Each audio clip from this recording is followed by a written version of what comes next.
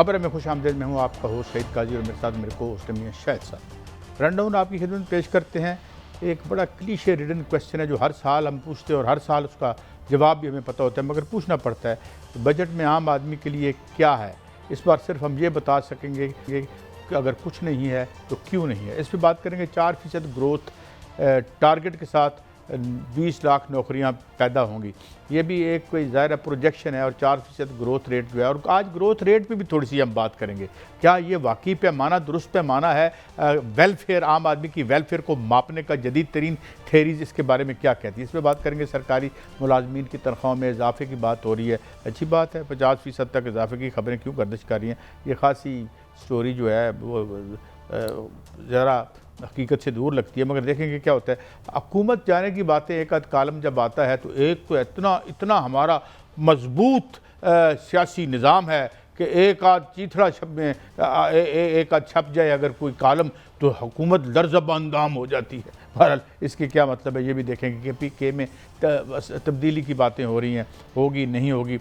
उधर Trump Iran के तेल के ज़खायर पर कब्जे की तैयारी कर रहे हैं। इस तरह की I think he is out of his mind and he has taken leave of his senses. और उसके बारे में कहा जा रहा है ही इज़ समबॉडी एक डार्क रूम में बैठा हुआ दरवाज़ा ढूंढ रहा है, उसे मिल नहीं रहा। इस पर बात करेंगे।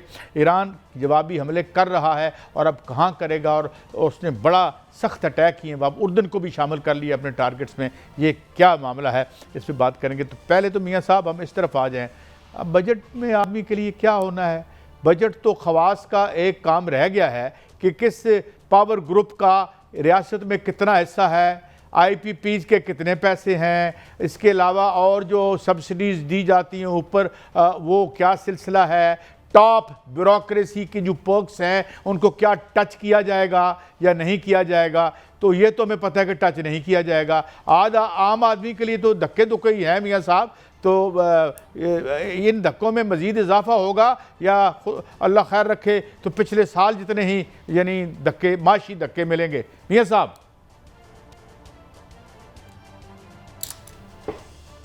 देखिए काज साहब, बजट तो अब याद हो चुका है कि बजट में क्या आना है, उसी तरह के फिगर्स जो हैं वो आते हैं। और उससे पहले आज वज़ीर ख़जाना ने बाकायदा तौर पर प्रेस कॉन्फ्रेंस की। उन्होंने वो तमाम बातें दोहराई जो हर साल हम सुनते हैं और टारगेट्स अचीव नहीं हो सके। और ये भी कहा कि जो ईरान जंग है, अमेरिका जंग है, उसके असरात जो हैं पड़े हैं। अगले साल की भी नवीद सुनाई कि अगले साल भी इसके असरात जो हैं वो होंगे। और ये भी बताया कि हमारी जो ग्रोथ है वो बहुत अच्छी जा रही थी, 4% से भी बढ़ जानी थी, लेकिन अब 4% नहीं रही। और आइंदा साल जो है वो 4% तक का उन्होंने नवीद सुनाई है।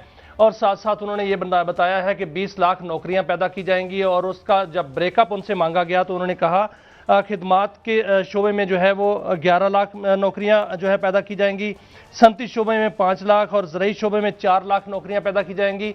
उनसे पूछा गया कि तनख्वाह बढ़ाई जाएगी मुलाजमीन की कि नहीं, उन्होंने कहा कि कल बताऊंगा। लेकिन जो ज़राए कह रहे हैं वो ये है कि जो मुलाजमीन का मुतालबा था कि 200% बढ़ाया जाए क्योंकि महंगाई बढ़ चुकी है, पीपल्स पार्टी ने कहा कि नहीं, इसको 100% तक किया जाए। लेकिन ये तजवीज़ जो है मुतफ़िका तौर पर सामने आई है कि 50% तक तनख्वाहें बढ़ाई जाएं सरकारी मुलाजमीन की।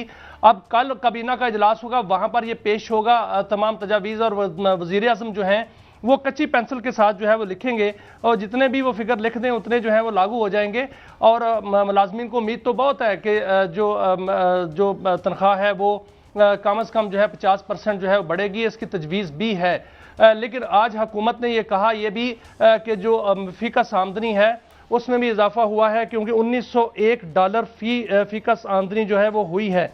इसमें आज बताया ये भी गया है कि जो मालियाती खसारा है वो पहले से कम हुआ है, प्राइमरी सरप्लस जो है वो ज़्यादा हुआ है, और शरह सूद जो है वो कम की गई है। और बरामदात जो हैं वो कम तो हैं लेकिन वो बढ़ रही हैं, और दरामदात जो हैं वो ज़्यादा हैं, लेकिन उसमें मशीनरी की दरामदात ज़्यादा हैं। तो क्योंकि पाकिस्तान में मशीनरी आ रही है, सनतें लग रही हैं, और पाकिस्तान में जो है वो ज़्यादा मैन्युफैक्चरिंग जो शोबा है उसमें तरक्की जो है वो नज़र आ रही है, ज़राअत में तरक्की नज़र आ रही है। ये भी बताया गया कि जो लार्ज स्केल सनतें हैं उसमें आइंदा जो साल है मज़ीद तरक्की जो है देखने को मिलेगी। ये भी बात बताई गई कि जो PSDP है वो 1000 अरब रुपए पर जो उसको जो है वो मुंजमद कर दिया गया है। कायद साहब, उसमें यह कहा गया है कि जो वजारत दाखिला और जो वजारत दिफा के प्रोजेक्ट्स हैं वो लिए जाएंगे, बाकी गैर ज़रूरी प्रोजेक्ट्स बंद कर दिए जाएंगे। डैमों पर जो है वो तरजीह दी जाएगी ताकि डैम बने और पानी भी महफूज हो और साथ साथ जो है बिजली की कीमतें भी कम हो। इस हवाले से ये भी एक खुशखबरी सुनाई गई है कि जो सनती सार्फिन हैं उनके लिए पहले भी पैकेजेस आते रहे और अब भी जो बिजली की कीमतों से मुतल्लिक मजीद रिलीफ पैकेजेस जो हैं वो आएंगे। लेकिन साथ साथ ये भी बताया गया है कि जो पेट्रोलियम लेवी है उसकी मद में 1727 अरब रुपए जो है वो इकट्ठे किए जाएंगे और जो कैपेसिटी पेमेंट है काजी साहब वो तो इकट्ठी होनी है, वो भी 2000 अरब रुपए जो है वो इकट्ठी होगी। ये एक अलमिया है जो कि हमारे साथ है और हो सकता है 2045 तक रहे, क्योंकि 2015 की जो पावर पॉलिसी थी जो कि इसी हुकूमत की थी, उस वक्त वजीर आजम नवाज शरीफ थे, उन्होंने सर जो वहाँ IPPs लगाए थे वो 2045 तक हैं, वो हमें देनी पड़ेगी। लेकिन जो अभी बजट है वो कल पेश होना है, लेकिन आज उसकी रोजी पिक्चर जो है वो बयान की गई है और ये कहा गया है कि रिलीफ है भी और आइंदा मिलेगा भी। अच्छा ये बताएं कि देखें ये तो अभी देखें ना 4 सालों में तो 377 बिलियन। जी आवाज़ आ रही है आपको मियां साहब, आप जी सुन पा रहे हैं? जी जी आ रही है। हाँ मियां साहब एक तो ये बताएं कि ये भी कोई तजवीज़ है कि जो है वो कोई 65-70 साल तक रिटायरमेंट कर दी जाए, क्योंकि पेंशन देने के लिए या वो उनके प्रोविडेंट फंड या वो जो भी अखराजात करने के लिए सरकार के पास पैसे नहीं हैं। और दूसरी बात ये कि मतलब किस ढिठाई के साथ हम 2000 अरब रुपया लोड शेडिंग के लिए दोबारा रख देते हैं। मुझे समझ नहीं आती यार ये लोग कौन हैं, कितने थिक स्किन्ड हैं। कोई मतलब है वो ख्वाजा आसिफ साहब को मैं दोहरा रहा हूँ, कोई शर्म होती है, कोई हया होती है। यानी 200 अरब रुपया आपने जो लोड शेडिंग हमें आने वाले साल में मुहैया की जाएगी उसके लिए भी रुपया है मियां साहब। देखिए काजी साहब वो तो है, इसमें कोई शक नहीं सर। दूसरी बात जो अभी की जा रही है, आपने जो पूछा कि जो पेंशनर हैं या जो उम्र की हद है रिटायरमेंट की वो तो 65 साल करने की तजवीज़ है और पेंशनर जो हैं उनके लिए पेंशन में भी इजाफा किया जा रहा है, तो ये भी एक अच्छी खबर है। और साथ साथ ये भी है कि जो बिजली की कीमतों में इसमें जो कैपेसिटी पेमेंट है इसमें कोई शक नहीं कि वो मज़ीद जो है वो इसमें इजाफा हो सकता है, कमी नहीं आएगी। लेकिन जो टैक्स है उसका हदफ जो बढ़ाया गया है वो 15,267 अरब रुपए रखा गया है और इसमें यह बताया गया है कि ये इकट्ठा किया जाएगा। नॉन टैक्स रेवेन्यू जो है वो 2,767 अरब रुपए का रखा गया है और ये तमाम टारगेट्स जो है ये बताया गया है कि बाकायदा जो प्लानिंग के साथ इसको अचीव किया जाएगा। 17,500 अरब रुपए का मजमूई तौर पर बजट का हजम है। ये बताएं जरा एक और खबर भी है वो भी उसमें भी इजाफा हुआ है। ये बताइए बताया गया कि जो इकोनॉमी का हजम है वो भी पहले से जो है वो ज्यादा हुआ है, वो 452 अरब डॉलर मईशत का हजम जो है बताया गया है। ये भी एक अच्छी खबर है।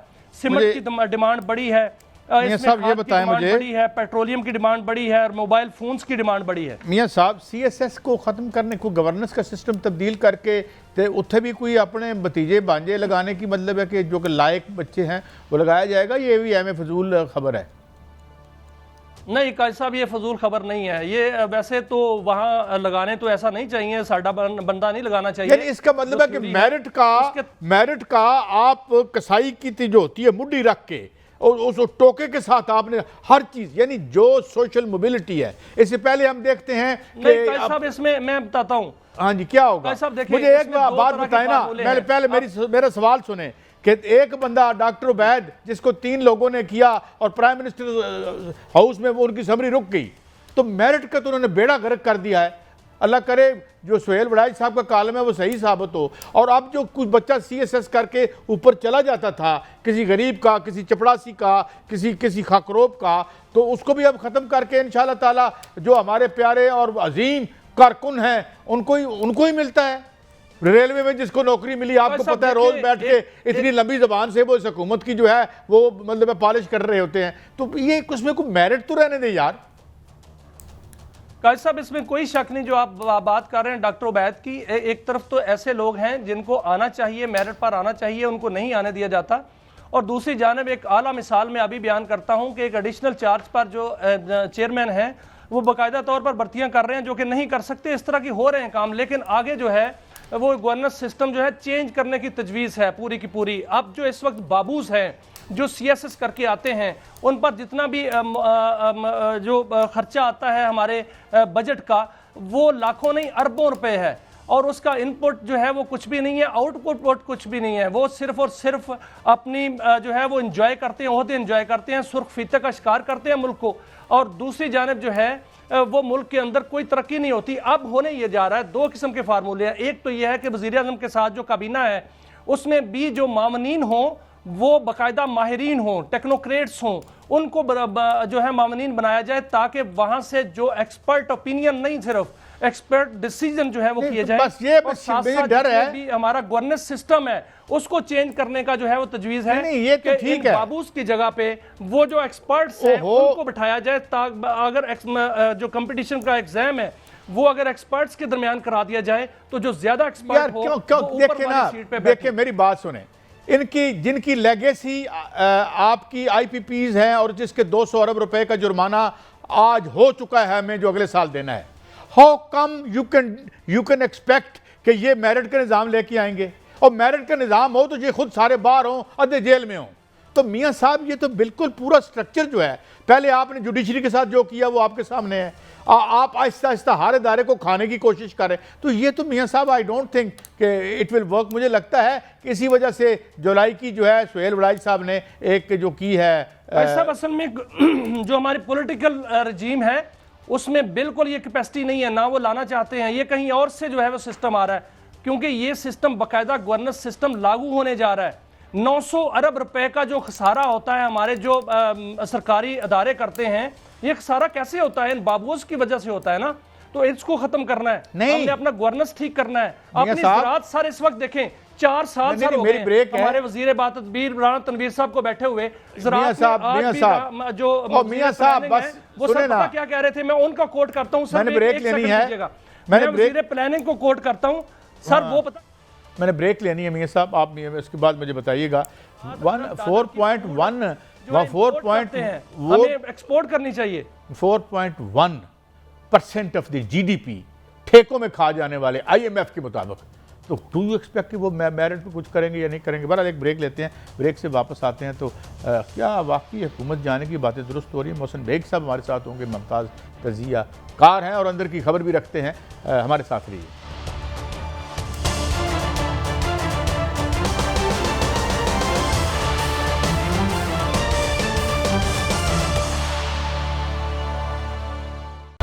वेलकम बैक नाज़रीन।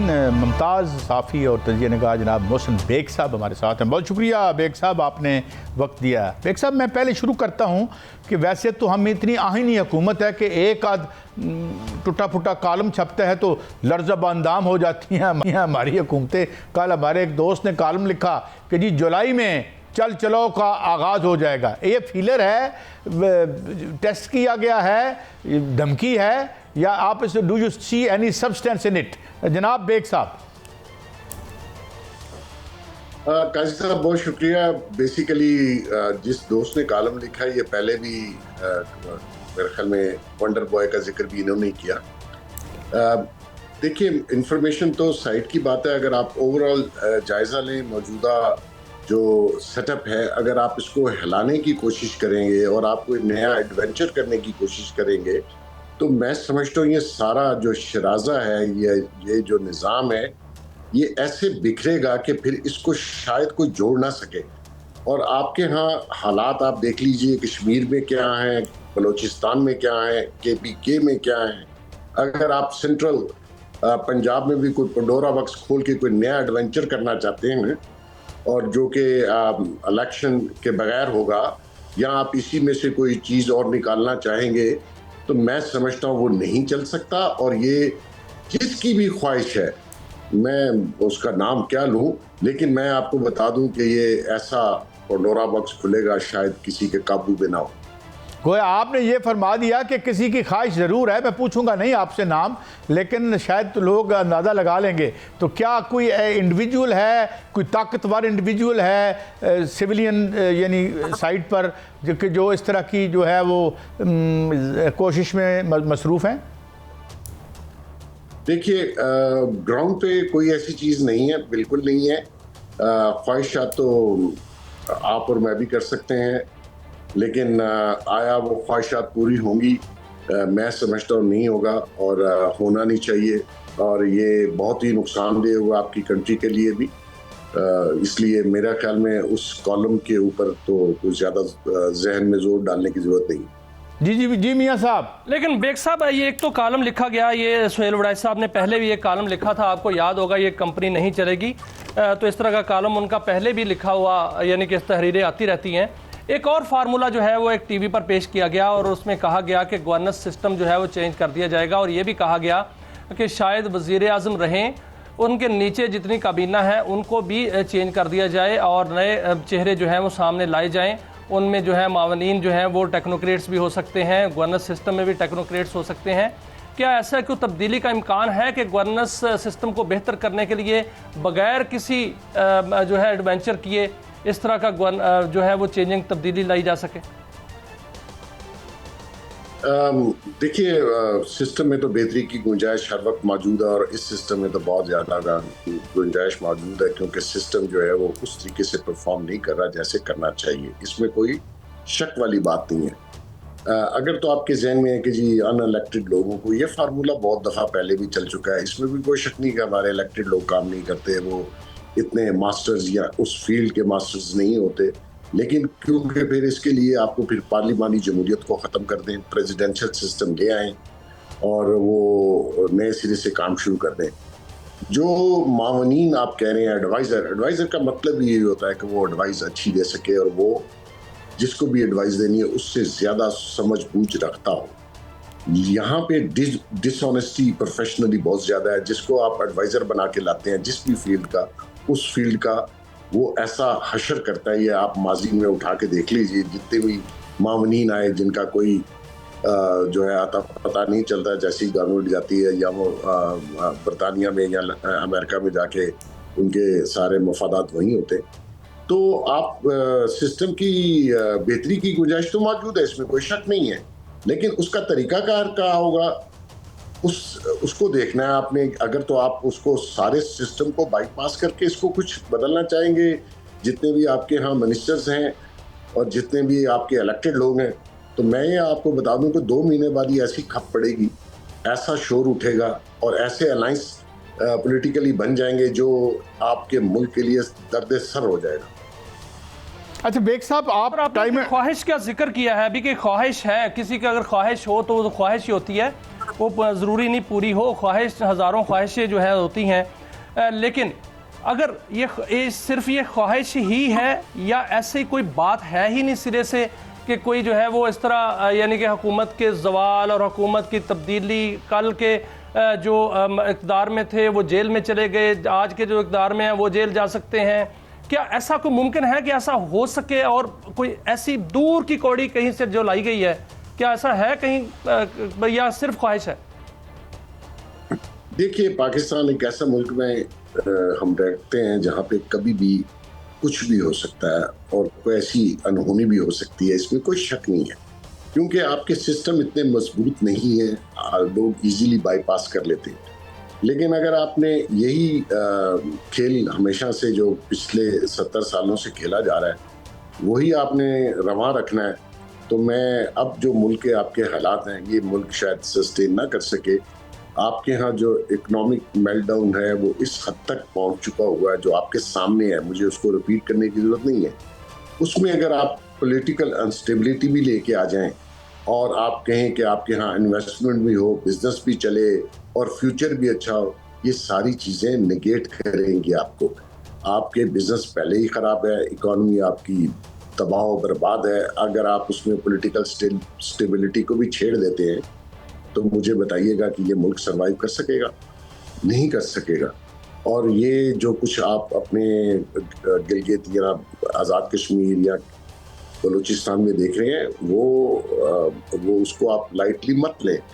वो यहाँ भी जो हालात है अनएम्प्लॉयमेंट के और बिजनेस के और इकोनॉमी के और लोगों के पास खाने के पैसे नहीं है, तो उसमें अगर कोई थोड़ी बहुत आपके यहाँ कोई स्टेबिलिटी पॉलिटिकली नज़र आ रही है तो उसको अगर आपने छेड़ा, तो मैं वो अल्फाज नहीं बोलना चाहता, लेकिन ये मुल्क के लिए अच्छा नहीं होगा।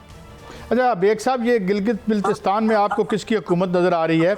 और दूसरा एक मैं और ज़मीनी सवाल इसके साथ ऐड कर दूं, टाइम एंड अगेन और क्वाइट जस्टिफिएबली और राइटली आप पॉइंट आउट करते रहते हैं और अभी भी आपने पॉइंट आउट किया है कि जिस तरह मिस रूल हुआ है या हो रहा है, मिस मैनेजमेंट तो है, तो फिर इसको कैसे कंटिन्यू किया जाएगा? क्योंकि इनसे तो अब पेट्रोल की कीमतें देखें और अगर ये जंग बढ़ जाती है तो और लोगों पर प्रेशर, इन्फ्लेशन जो है वो ब्रेक नेक इन्फ्लेशन है, अब डबल डिजिट से या शायद ऊपर चली गई है if I am not wrong. तो फिर इसको ठीक कैसे किया जाए? पहले सवाल का जी, गिलगित बल्तिस्तान में तो पीपल्स पार्टी गवर्नमेंट बना रही है, मेजॉरिटी उन्हीं की है। मेरे ख्याल में उन्होंने चीफ मिनिस्टर जो हैं वो एक एडवोकेट हैं अमजद, उनको शायद डॉक्टर हैं, लॉयर हैं, उनको उन्होंने शायद नॉमिनेट कर भी दिया है। बाकी फॉर्मेशंस भी हो रही हैं।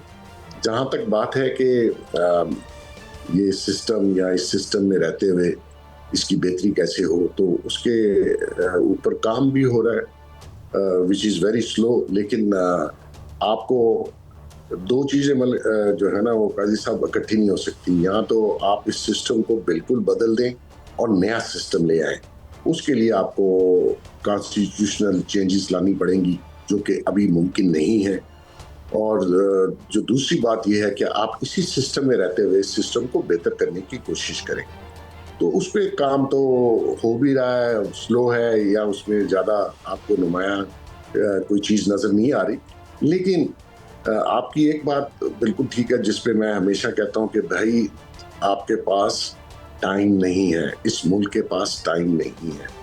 लोग बहुत फ्रस्ट्रेटेड हैं। आप इकोनॉमी पे, जॉब एम्प्लॉयमेंट पे कुछ फंडामेंटल्स हैं जिसके ऊपर आपको सब काम छोड़कर काम करने की ज़रूरत है, और आप इसी सिस्टम में रहते हुए वक्ती तौर पर इसी को ही अपनाएं और बेहतरी लाने की कोशिश करें।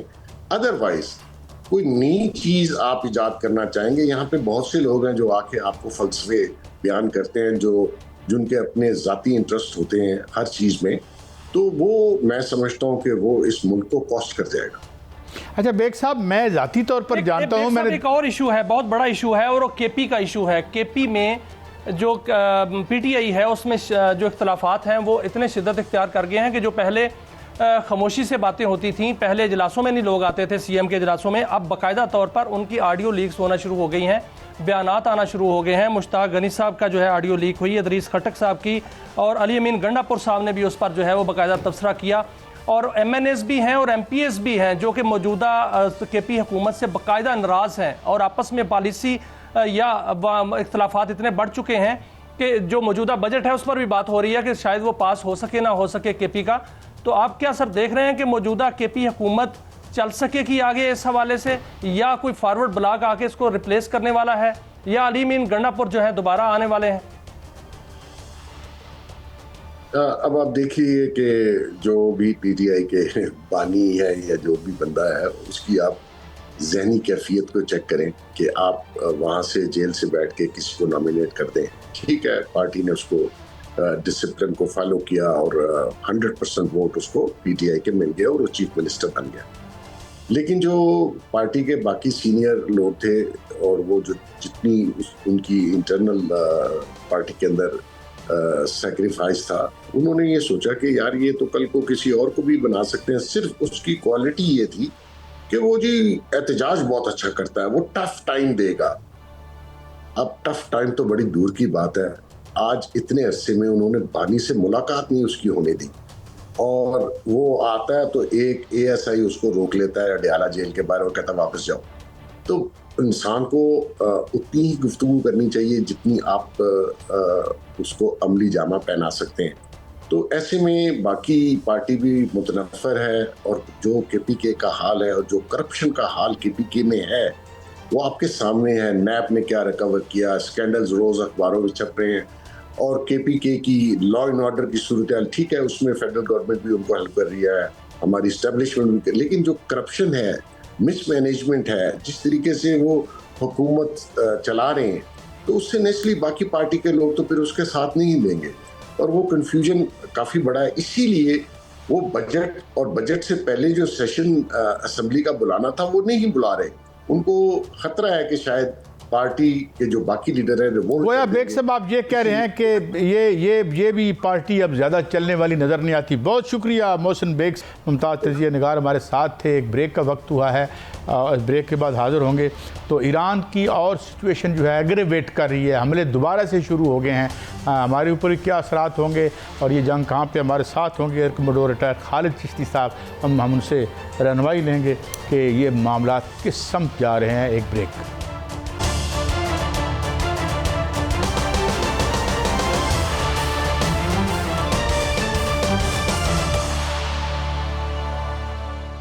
Welcome back. मैंने ब्रेक से जाने से पहले एयर कमोडोर खालिद चिश्ती साहब की बात की थी।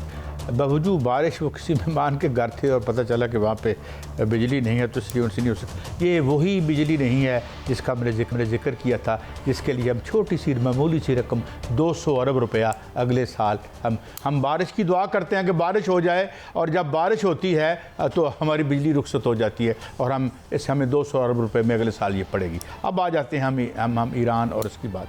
ईरान में दोबारा से ये चश्मकश और लड़ाई शुरू हो चुकी है, और इसमें हमने देखा है कि एक और बहुत एक बड़ी जक पहुँचाई है ये जो अपाची नामी एक हेलीकॉप्टर गिराया है, और कहा जाता है कि ये उनका एस वेपन है, और इस वेपन को आप यूँ समझें कि F-35 से भी ज़्यादा इसकी अहमियत थी, और गालबन जो लॉइटरिंग वो ड्रोन है उसके ज़रिए इसको उन्होंने गिरा दिया, जिसके बाद जवाबी तौर पर और उसको $1 मिलियन का जो एक था उनका $40 मिलियन का उसको चंद हज़ार $20,000 के ड्रोन ने गिरा दिया। और उसके बाद ये जंग दोबारा शुरू होगी, यानी शुरू हो इसे जैसे कहते हैं ना, कल हमारे प्रोग्राम में जनरल रज़ा मोहम्मद साहब कह रहे थे कि नो वार नो पीस, तो ये इस तरह चल रहा है।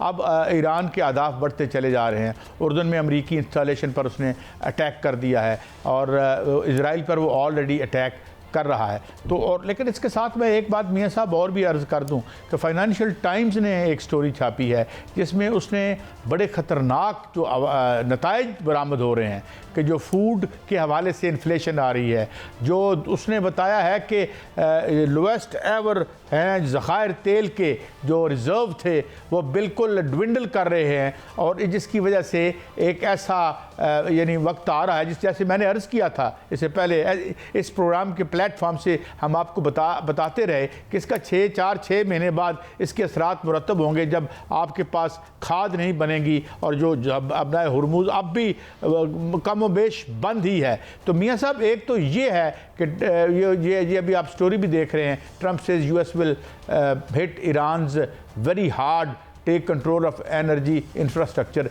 ये खाली खुली बातें हैं, ग्राउंड पे तो वो अपने बूट रख नहीं सकते क्योंकि वहाँ पर इतने बॉडी बैग उठाने पड़ेंगे कि रहे नाम अल्लाह का। तो मियाँ साहब तो ये जो दोबारा से तो ये काम शुरू हो गया, और मुझे नहीं लगता कि ये ईरान भी नहीं मान रहा उनको टेबल पर एक फतह कागज़ पर लिख के दे दे, और इसके बगैर ट्रम्प साहब जो है वो बेचारे खासे खज्जल ख्वार हो रहे हैं अफरतन अजीज़ में भी, और ख़ुद और अहम बात उन्हें अब जिमी कार्टर से यानी ये समझ लें कि इसको गोरबाचोव कह रहे हैं। गोरबाचोव आखिरी सोवियत यूनियन का था। और मैं एक और भी बात बता दूं, एक ये भी वाक़या हुआ था कि यही गोरबाचोव था जब ये इलेक्शन लड़ने के लिए एक इलेक्शन कैंपेन में था, तो literally when he knocked a door and a woman came out, an elderly woman came out and spit on him. तो ये मैं गोरबाचोव की आपकी हालत बता रहा हूँ।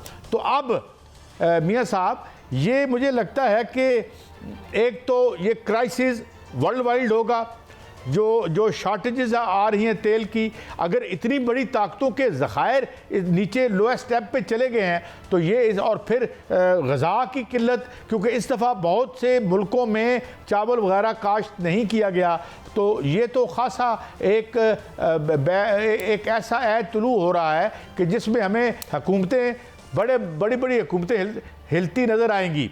मियाँ साहब देखिए कायद साहब, इसमें बहुत सी ब्रेकिंग न्यूज़ हैं, क्योंकि जो ट्रंप का अभी बयान आया है कि जज़ीरा खर्क जो है उस पर कब्ज़ा करना चाहते हैं, आज रात बहुत बड़ा हमला करेंगे। बाकायदा अभी थोड़ी देर पहले उनका ये बयान आया और उन्होंने ये भी कहा कि जज़ीरा खर्क पर जो तेल के ज़खायर हैं और जो बुनियादी ढांचा है उस पर हम कब्ज़ा करना हमारी पहली तरजीह है, वो जंग को बंद करना नहीं चाहते। ये इस सतह पर ट्रंप क्यों आए हैं? इस सतह पर इस तरह इसलिए आए हैं और इस सतह पर बाकायदा तौर पर उनका जो नुकसान हुआ है वो मैं आपके सामने रखता हूँ काजी साहब के। जो 2 दिन की जंग है वो बड़ी भयानक जंग हुई है। अमेरिका ने ईरान के जो इलाके हैं जिसमें कशम जजीरा है उस पर हमला किया, बंदर अब्बास पर हमला किया, मेहराबाद एयरपोर्ट पर हमला किया और इसके अलावा जस्क और मनाब और बोशेर का जो शहर है वहाँ पर हमला किया। वहाँ पर पानी के ज़खायर पर जो है वो बाकायदा तौर पर बम गिराए गए। ट्रंप कहते हैं कि 25 करोड़ डॉलर का बम जो है वो वहाँ पर गिराए गए हैं कल पिछले 2 रातों में।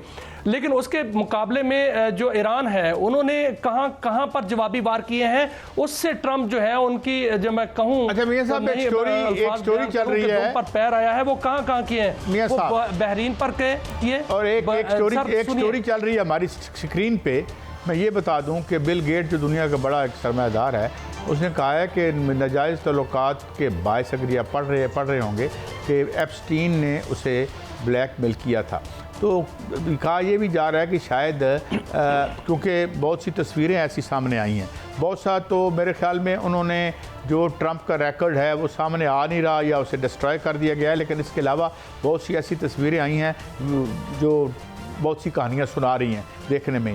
तो एक ये भी है कि उन्हें शायद वो इजराइल से दूर होना चाहते हैं मगर वो हो नहीं पा रहे। अगर बिल गेट का ये आलम है जो दुनिया का अमीर तरीन आदमी था तो वो किस जी साहब ये इसी तरफ मैं आ रहा हूँ साहब, मैं इसी तरफ आ रहा हूँ। जो ईरान ने जवाबी हमले किए हैं वो बहरीन पर, कुवैत पर, उर्दन पर किए हैं। वहाँ पर जो F-15 के F-35 के हैंगर्स थे वहाँ पर जो है मिसाइल दागे हैं। उन्होंने खैबर शिकन और अमाद मिसाइल जो हैं वो दागे हैं, बाकायदा तवील जो मार करने वाले मिसाइल हैं, और उससे बहुत बड़ा नुकसान हुआ है उनका। वहाँ पर जो है वो हलाकतें भी हुई हैं, वहाँ पर उनके जो है वो हैंगर्स तबाह हुए हैं। अब उसमें कितने F-35 जो है तबाह हुए हैं इसके नुकसानात अभी अमेरिका नहीं बता रहा। और जो ट्रंप के बयान से इसका नुकसान जो है उसका अंदाज़ा आप लगा सकते हैं कि आज रात बहुत बड़ा हमला किया जाएगा।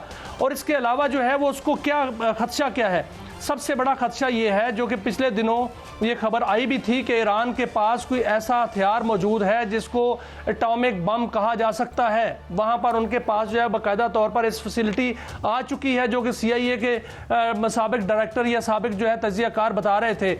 और ये बाकायदा तौर पर मुसलसल खबरें जो हैं वो आ रही हैं। इसमें कोई शक नहीं कि नेतान्याहू जो है वो ट्रंप को हिलने नहीं दे रहा, वो बाकायदा तौर पर इस जंग में उसको धकेलना चाह रहा है।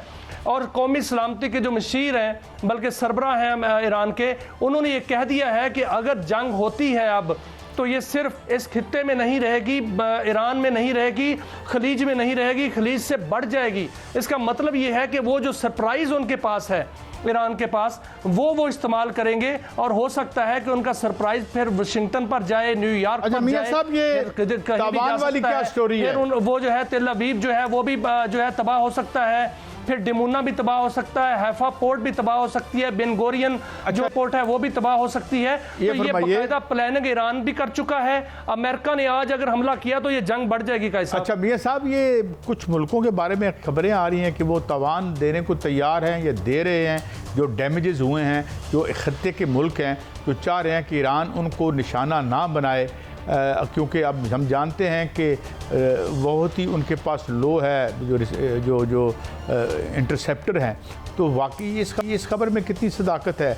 नाम ले रहे हैं मुल्कों का कि ये किसने 3 अरब या 2 अरब ऑफर किया है या दिया है मुबैना तौर पर। मियां साहब देखिए काजी साहब, अब बात यह है कि ईरान ने जो अब हमलों का सिलसिला महदूद किया है वो किया है बहरीन पर, उर्दन पर और कुवैत पर।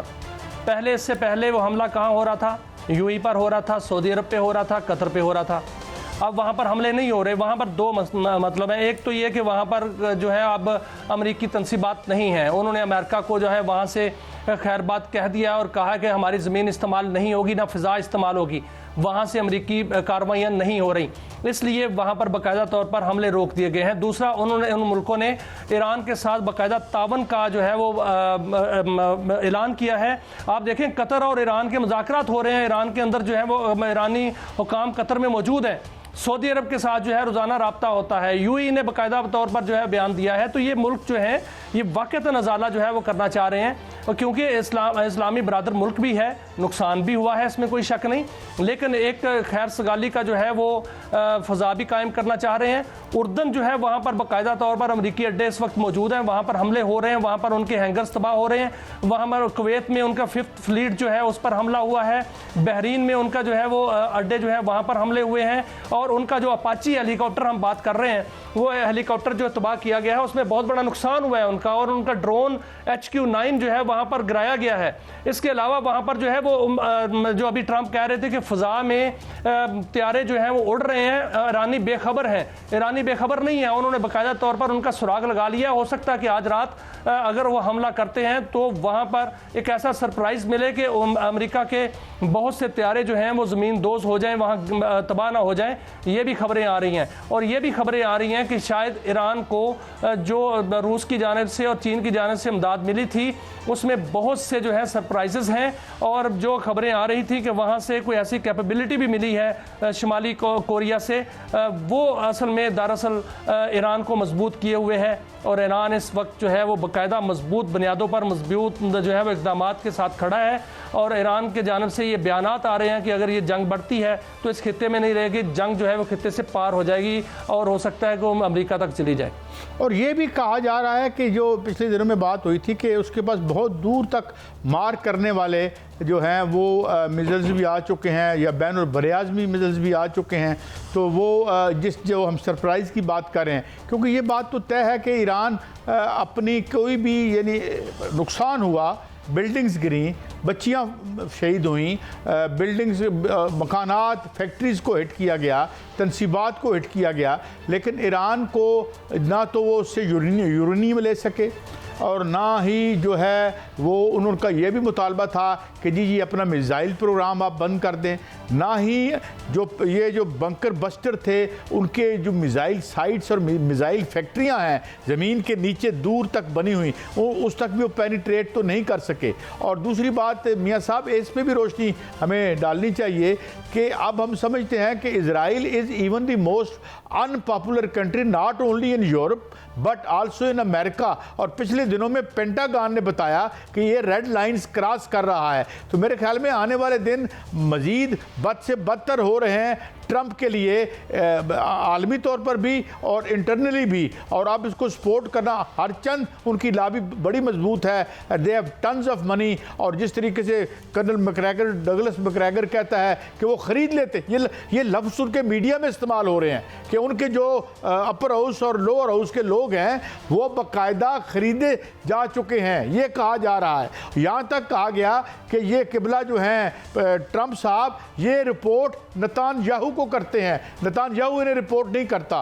तो ये सारा यूं लगता है कि एक खेल बिखरता हुआ नज़र आ रहा है हमें वहाँ पे। और फिर जो अभी हम और ज़्यादा नहीं इमेजिनेशन के घोड़े दौड़ाते, मगर उस समाज में जो माशी हालत है वो भी अपनी तई एक एक्स फैक्टर हो सकता है कि लोग बार बार बिल बिला के बाहर आ रहे हैं। वो तो खैर पूरी दुनिया में हम देख रहे हैं कि लोग बाहर आके कोई आफियत तलाश कर रहे हैं। हम देखते हैं कि गली जागना शुरू हो गई है हर खित्ते में और हर मुल्क में। तो ये भी आप समझते हैं मियाँ साहब कि इजराइल बैकफुट पे होगा और इजराइल की वो जो नहीं, अमेरिकन रूलिंग क्लास के लिए ये मुमकिन नहीं होगा जो अनकंडीशनल सपोर्ट करके कत्लेआम करवा रहे हैं वो गजा में या लेबनान में। मियाँ साहब देखिए काजी साहब, आज जो ट्रंप साहब का एक बयान है उसको गौर से देखना चाहिए और उस पर वो तशवीशनाक बयान है। उन्होंने कहा है कि हम जजीरा खर्क पर कब्ज़ा करेंगे और उन्होंने ये भी कहा कि ये हमारी पहली तरजीह है। साथ उन्होंने ये कहा है कि हम इस खित्ते में तेल और गैस की इजारादारी बनाएंगे। इसका क्या मतलब है? क्या ईरान के जजीरे पर कब्ज़ा करके वो तेल और गैस की इजारादारी बना सकते हैं? इसका मतलब कुछ और भी हो सकता है कि वो इस खित्ते के बाकी जो तेल के ज़खायर हैं उन पर भी कब्जा करने का इरादा रखता है, क्योंकि जो मेरे ख्याल में मियां साहब ये इरादे ही रह जाएगा। मुझे माफ़ी चाहता हूँ क्योंकि वक्त ख़त्म हो गया और हम नाज़रीन ये था हमारा आज का शो। कल आपसे यकीनन मुलाकात होगी अपने हमारे बजट की ट्रांसमिशन में। फिलहाल इजाज़त दीजिए, अल्लाह हाफ़िज़।